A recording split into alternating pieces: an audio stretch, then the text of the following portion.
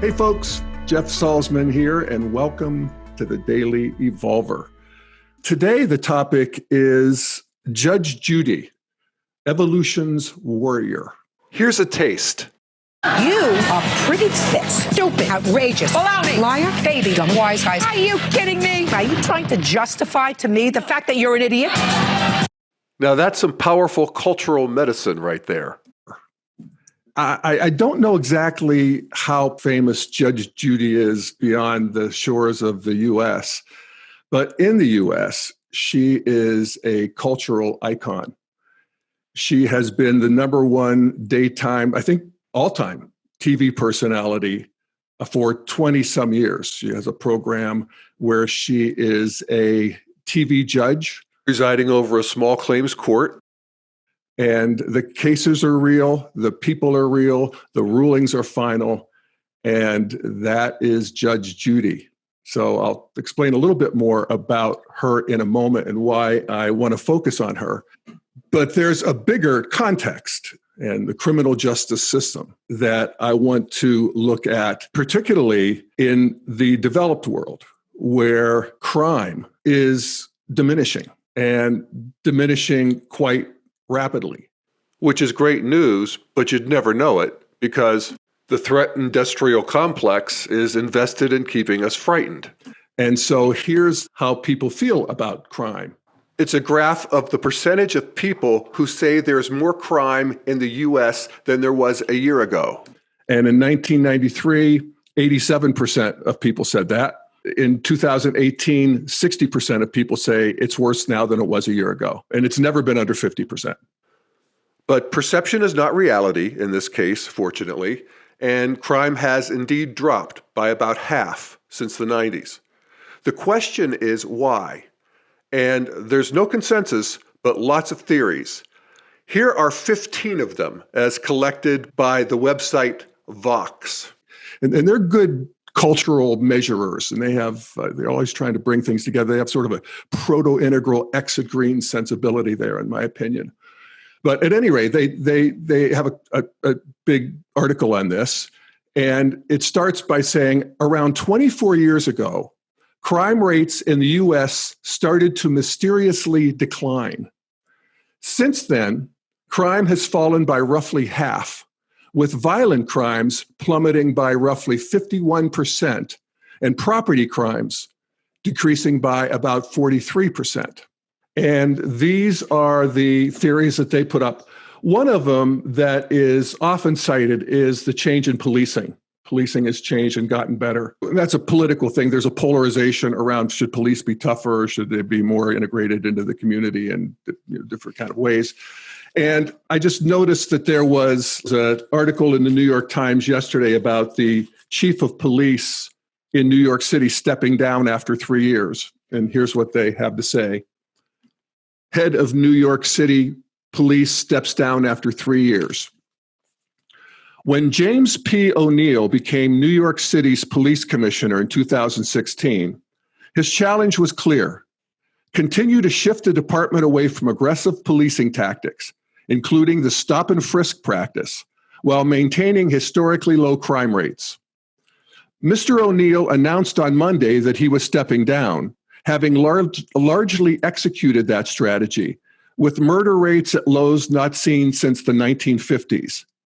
He focused on healing relations between department and minority communities with a policing program that sought to build trust between officers and residents. So that worked. Everything's working, or lots of things are working. So other theories here. There's more guns and therefore less crime. Gentrification is taking over low crime neighborhoods. That psychiatric pills reduce violent and criminal behavior. Legal abortions prevent unwanted children, less alcohol drinking. And crack cocaine use. More people incarcerated. People don't carry as much cash anymore. America's gangs have gotten less violent, which sounds a bit like a tautology. So lots of theories. And I want to, first of all, say that I think all of these arguments, I'm sure, have their merits. But there is one that I have never heard articulated, and I would like to add it to the pot. And that is that the reason for the drop in crime is because 23 years ago, Judge Judy debuted. I'm kidding, sort of. The actual argument that I want to put in the hopper is that the reason crime has diminished is because of the evolution of consciousness. How about that? That people are becoming more civilized as we develop. And we are seeing a world where life is better if we join the larger circle of people who are living by rules and laws in more complex and fruitful societies. And everybody's not out to just get whatever they can, which is exhausting for most people. It's energizing to some, but it's exhausting to most of us. And there's a better world in this new evolution. So that brings me to Judge Judy, because it's interesting to see how this cultural icon is actually doing her part to civilize the culture. And the way she's doing it is that she is helping millions of people. She's watched by 10 million people per episode, which is twice as many as Dr. Phil, 3 times as many as Ellen, and she beat Oprah 13 years in a row when they were competing. So a lot of people watch her. And what she's doing is she's helping these people, myself included, to move from egocentrism to this world of rules that the ego must submit to, more of an ethnocentric and nation-centric worldview. And she does this by using the currency of egocentrism. So she is dominating, she ridicules, she intimidates, but she is doing it in the service of truth. As she says, I'm a truth machine, and self-responsibility. So that's sort of the terrain of Judge Judy culturally. In terms of individual evolution, what she does is takes that part of us that is ignorant of the reality of other people or convinced of the righteousness of our own position, kind of a red amber altitude, and she blows that up and liberates us into a world where other people and their positions exist. And that's kind of an amber orange moving into a modern, self-responsible territory. She stops there, I would argue. And one of the things that makes Judge Judy is that she does not stick her head up into green. Into the world of feelings and subjectivity. And inevitably, I mean, it's just a theme of the show, is that people, as they testify, will be trying to tell her the background and the stories and what they meant and how they felt. And she says, I don't care about your feelings. That's Dr. Phil. Just show me the receipt. And then she's, back down to business, the truth machine. And, all of it, I'm for sure, I'm like, no, I want to know more about why this mother is suing her son. But no, with Judge Judy, it's just the facts. The result is, it's counterintuitive that there is, as we say, there's a liberation that comes from limiting something. So this purity of just being a juggernaut for truth and common sense is riveting. You really see the difference if you look at these other daytime judges, and there are a lot of reality show mugging. And that's one thing Judge Judy doesn't do. So let me just show you an example. They talk about the cases are real, the people are real, the rulings are final. What is also real on Judge Judy is the emotions of the litigants. Judge Judy's producers, and there are 60 people working on her team who are scouring small claims courts all over the country to find cases that they think will be interesting and, in the Judge Judy mold. But these are cases that are already filed. And so these people agree to an arbitration, essentially, with Judge Judy, where they have to accept the outcome. And they go on and argue their case. And so here's an example where it's a road rage case.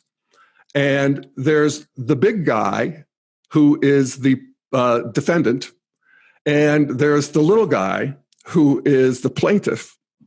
And the little guy tried to cut the big guy off so he could go left into a gas station, kind of nudged him over, got into the gas station, which infuriated the big guy, who followed him into the gas station, got out of the car, walked up and kicked his car. So she is now cross-examining the big guy who got out of the car. He then slowed down and tried to do it to me. Unfortunately, I drive a Chevy Silverado. I'm not going to budge. Just a second. Yes, ma'am. How old are you? I am 43. Did you ever stop to think maybe there was something wrong with the driver? Well, no, ma'am. You didn't. No. You just thought that the little red Hyundai was trying to muscle over your Silverado. Yes, ma'am. Let me explain. Let me explain what your problem is, Mr. Duplessis. Yes, ma'am. You can either look for trouble or you can walk away from it. You chose to look for it. Unfortunately, ma'am, I'm sorry. You chose to look for it. Yes, ma'am. I got a 17-year-old daughter on the road with people like him that are going to kill her, and I'm not going to allow that. Sorry, Your Honor. I want to tell you something. I have 5 children and 13 grandchildren. That's the most ridiculous answer I ever heard. Whatever, ma'am. Most ridiculous answer, because you had your choice. You could have said goodbye. No, ma'am. I can't do that. Hey, well, you can't do that, and that's why you're here, and that's why you're in trouble, because you're a hothead. So she outbullies the bully. And then, as is typical of her, she gives a civics lesson. She describes what should happen. The move, really, from vigilante, eye for an eye, that sort of weird honor code where, you can't be disrespected. You have to go get out of your car and, all of that good stuff. And what should happen. So that's the next part here. There was no reason why you had to get out of your car. If you wanted to get his license plate and report it to the police, you can do that while inside your car. You pick up the phone, I assume you have one, and you call the police and you say, there is somebody driving erratically, he's in a red Hyundai, and this is the license plate. You don't get out of the car. So there are 10 million people, a lot of whom are at home, not working, on the couch, watching daytime television. And, for one reason or the other, they're not functioning. That's her demographic. There's all kinds of other people too. It's 10 million people. But they're learning something about how the world works, the civilized world works. So she's a warrior for evolution. I am one of those people. I can remember back in my pre-Judge Judy life, I got a fancy rug, and it was wool. And I was worried about it because I had 2 dogs, and one of them was a puppy, and I wanted to make sure that I could clean it if they peed on it. And the salesperson assured me that I could do that. And sure enough, the dog peed on it. I tried everything to get the stains out. And when I called them to complain and ask for a refund or a replacement or whatever, they said, it's a wool rug, they stain, and they weren't going to do anything about it. I was victimized, first of all, which is the energy of red. The red is predator and prey. So if you're red, you're good at being a victim as well as a perpetrator often. And so that was activated in me. And then I was outraged at the injustice. So I hired a lawyer and I sued them. And there was a lot of time and trouble. And we ended up in arbitration. And I think I got a few $100s back or something. It was very unsatisfying. And I have to say that if something like that happened to me now, I wouldn't bother because I know the law. And I've learned it from Judge Judy. So if you have a written contract and they don't say that you will get your carpet replaced if you get a urine stain on it, then you don't have that claim. And if the salesman told you otherwise, that is considered puffing. And that is what salespeople do, and that's not legally binding. But what is binding is the contract. So I wouldn't do it. I wouldn't get in that situation.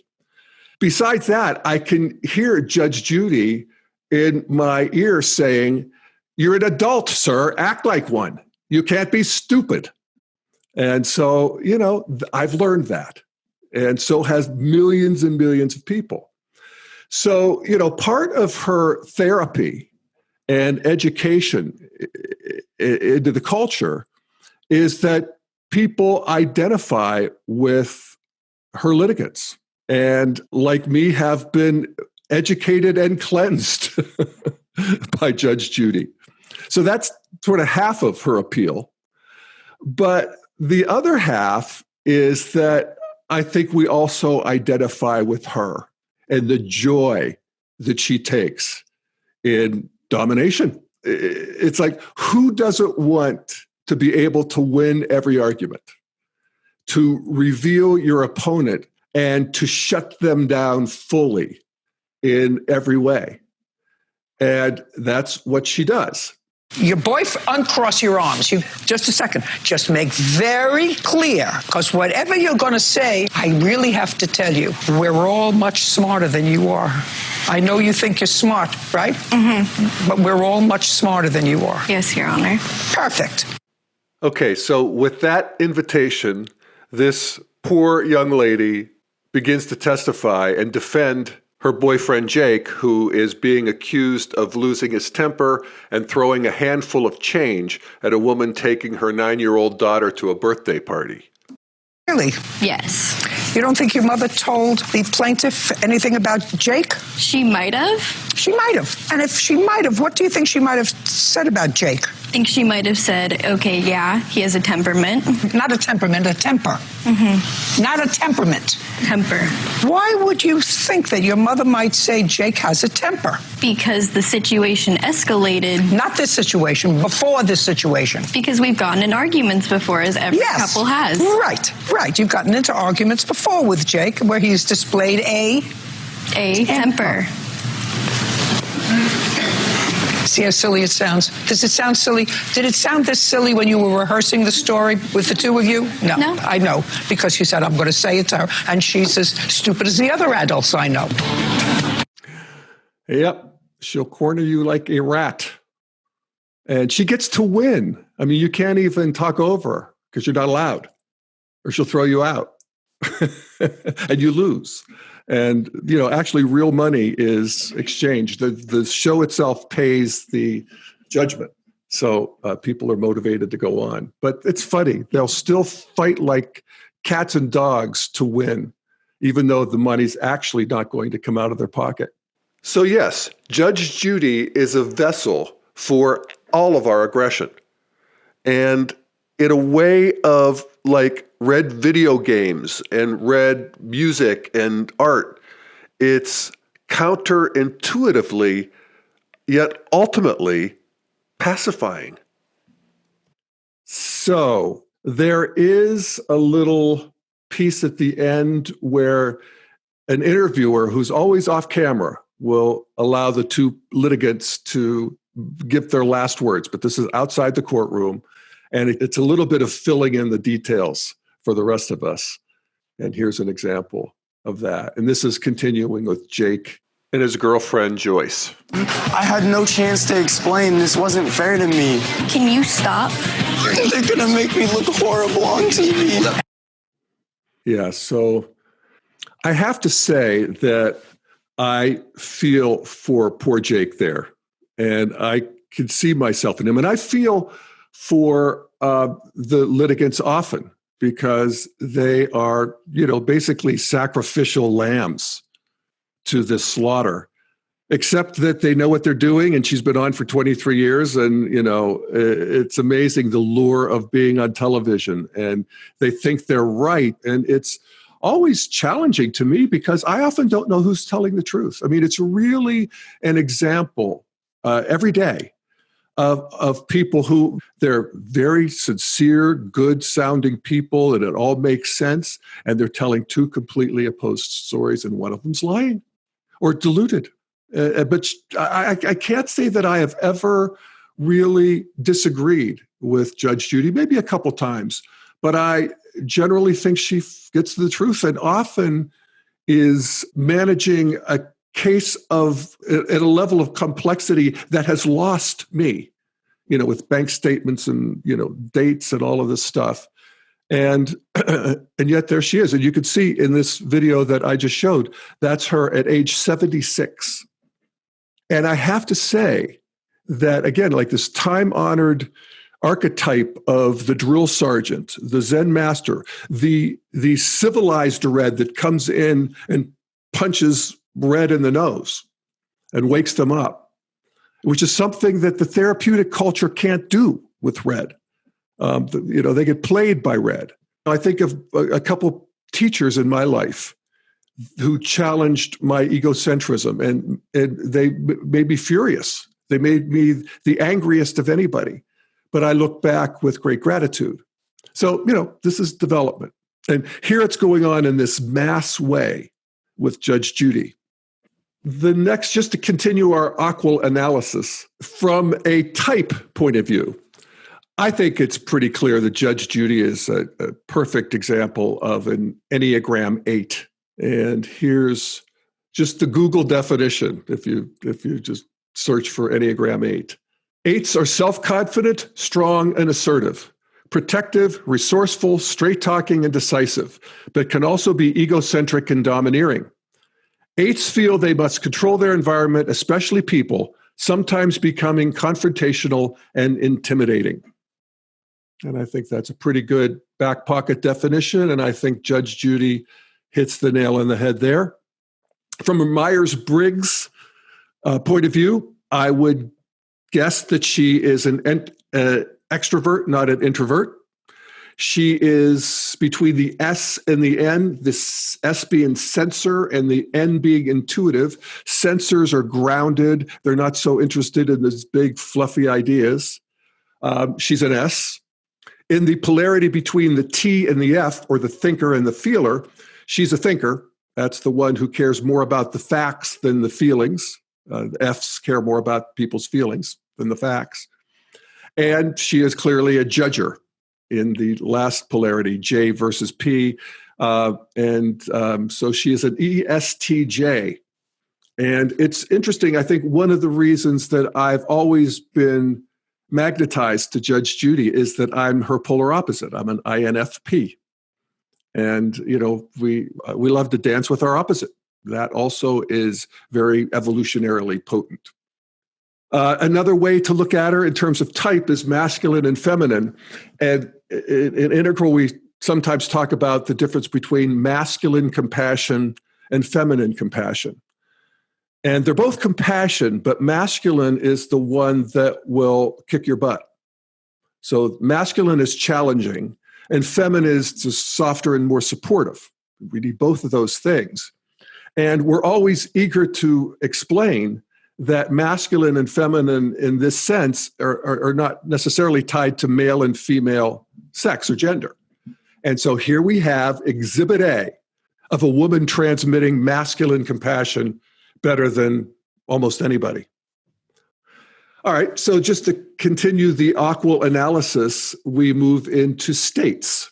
And, clearly Judge Judy enters a flow state when she's doing her thing. It's the state where we have access to our genius. Where there's something that the moment meets the character, the subject. And there's a force of nature where it's not you doing it, but it's you and it being manifest and done at the same time. And there's always a beauty and a genius to that. The gold standard example for me is Barbara Streisand in Funny Girl. That actress meets role. Enough said, right? And then finally, in terms of lines of development, that can be complicated, and I don't know her intimately by any means, but in terms of a couple lines that stand out, what is business? She was a judge in the New York City circuit for years in the 70s and 80s, and she's now making almost $50 million a year. As I said, has turned into an icon. And what she's really smart about is she knows who she is and what she's doing. And she hasn't changed a thing about the show in 23 years. She still wears the robe with this lace collar. Her bailiff is still Bird, who she worked with back in the family court. And this season, for the first season, she changed her hairstyle. And the New York Times ran a major story on it. So, that she got the business line down. Oh, I also thought it was worth saying that she this year wrote a column for USA Today where she said, I've never spoken out on politics in all of my years, except that I think our country is in a uniquely challenging time. And then she goes on to endorse Michael Bloomberg for president. And so at least she's a not Trumper. It would be fun to see her cross-examine him. Oh my God, she would take him apart. The other thing that I think is interesting is that she's culturally kind of old school. In the sense that she'll offend anybody of any race, sex, creed, or color. And she seems to get away with it. Like in this clip. She's talking to a woman who has a wayward teenage daughter, and there's a lawsuit with her old boyfriend, and the details aren't important. But here's what Judge Judy has to say about teenage daughters. Teenage girls, like her age, boys just tend to be dirty. Mm-hmm. They don't clean up after themselves. Girls are manipulative. They lie. The nature of the beast. Most of them get better when they get older. Some don't. So, culturally, she's not at the cutting edge, but she's doing her work where she's doing it. And from an integral perspective, we can see how she, and the culture in general, every sitcom is a little morality tale. It's everywhere. Mass media growing us up. But Judge Judy is doing it in this one pure way. Again, just it approaches perfection. So yeah, I want to give integral props to Judge Judy and use her unique example to illustrate some integral principles, and appreciate her for being a warrior for the evolution of consciousness and making the world more civilized, one victim at a time. So, Judge Judy, what do you think? Did we cover everything? We're done. We're done. All right, everybody. Thank you so much for joining me. And if you are interested in more from the Daily Evolver, you can go to dailyevolver.com, where all my stuff is. And please, I love getting your cards and letters, as they say.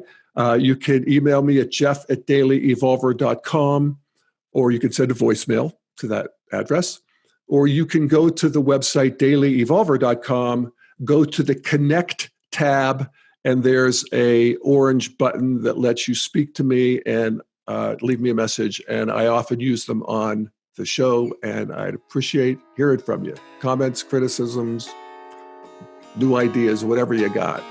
So, all right, everybody, take care till next time. Jeff Salzman signing off.